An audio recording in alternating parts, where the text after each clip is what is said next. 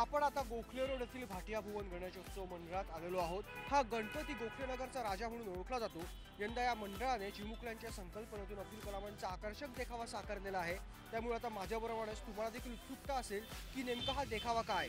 चला तर मग आपण अब्दुल कलामांचा आकर्षक देखावा बघूया।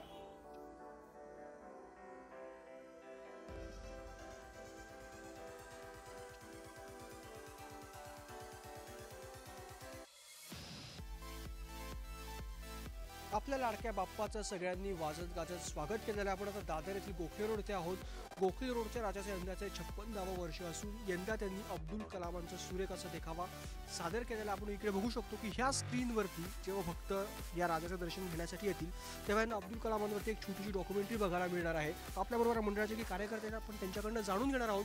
ही संकल्पना केलेली आहे ती कम्प्लिटली एक जे स्कूल ऑफ आर्ट्स आणि रचना संसद याच्या स्टुडंट्सनी मिळून हे पूर्ण देखावा केलेला आहे आणि त्यांना आम्हाला एक प्लॅटफॉर्म द्यायचा होता की त्यांनी त्यांचा टॅलेंट दाखवा म्हणून त्यांना हे चान्स दिलेला होता।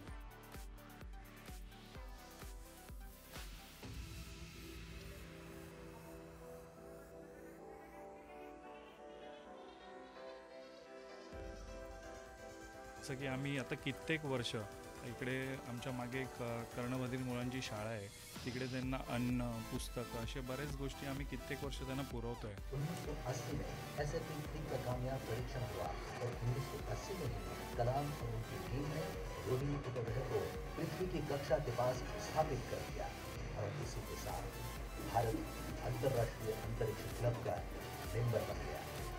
वीडियो जर्नलिस्ट कमलजीत सह Kapil Deshpande, Zee media, Mumbai. Zee 24 तास रहा एक पाऊल पुढे।